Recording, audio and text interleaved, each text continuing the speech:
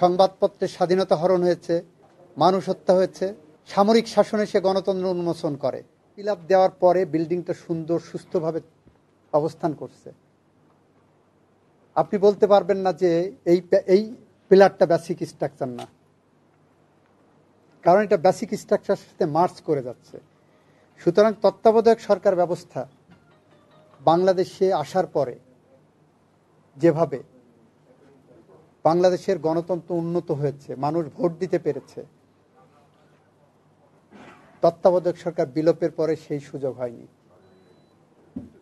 এর সাথে বলেছি, একটি সংবিধান রাজনৈতিক দলিল, সংবিধান একটি অর্গানিক ডকুমেন্ট। ধরেন আমার বাংলাদেশের ৭২ সংবিধান মুক্তিযুদ্ধের মধ্য দিয়ে অর্জিত একটি সংবিধান। বিজয়ী শক্তি তারা বলে দিল যে আমার সংবিধান রচনার সাথে কারা থাকবে, আমার সংবিধানের রচনা কি হবে, এইটা কিন্তু বাংলাদেশের মুক্তিযুদ্ধে বিজয়ী শক্তি নির্ধারণ করে দিলেন।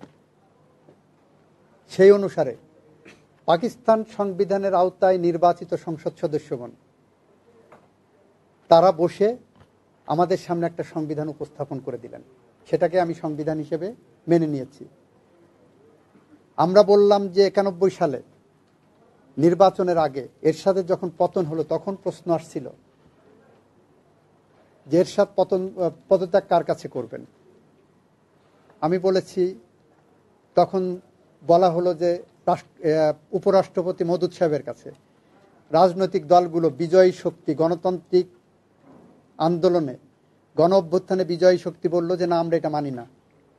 তখন কিন্তু কোনো সনদ টনদ লাগেনি, রাজনৈতিক দলের মতৈক্যের ভিত্তিতেই নির্ধারিত হয়েছিল শাহাবুদ্দিন সাহেব অস্থায়ী রাষ্ট্রপতি হবেন। উনি বেঁকে বসলেন, উনি বললেন আমি চাকরি ছেড়ে যাব, আমাকে নিশ্চয়তা দিতে হবে, আমি এখানে আবার আসব।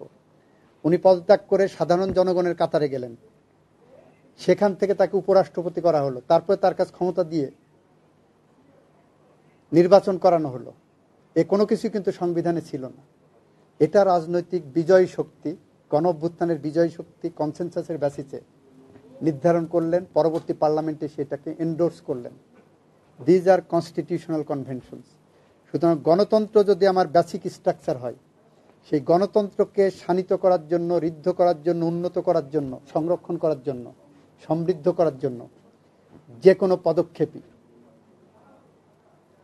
এটা বেসিক স্ট্রাকচারের সাথে মার্চ করবে, এবং সেই অনুসারেই খায়রুল হকের জাজমেন্ট রং ইন্টারপ্রিটেশন, রং থিওরির উপর লেখা।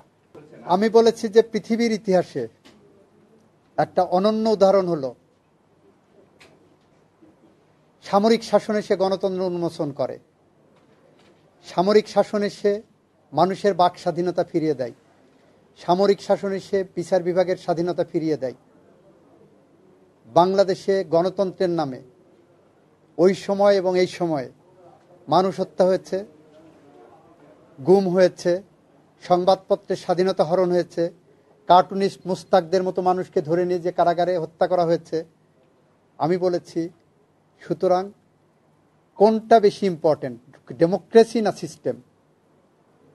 আমার কাছে democracy more important than anything else. সেইটা বলতে যে আমি পাকিস্তান সুপ্রিম কোর্টের একটা রায় আছে, ডোসর মামলা হিসেবে পরিচিত। ডোসর মামলায় পাকিস্তান সুপ্রিম কোর্ট বললেন, যখন মানুষের গণতন্ত্র রুদ্ধ হয়ে যায়, সেই গণতান্ত্রিক পথ উত্তরণের জন্য, মানুষের ইচ্ছার প্রতিফলন ঘটানোর জন্য, মানুষকে শান্তি সমৃদ্ধির আলোকে ভরিয়ে তোলার জন্য সামরিক শাসনও কখনো কখনো অ্যাকসেপ্টেড হতে পারে। সেখানে বলা হয়েছে কখনো কখনো রেভলিউশনের মাধ্যমে যে উত্তরণ, সেই উত্তরণে রেভলিউশনের ফোর্স যেটা নির্ধারণ করবে সেটাই ল।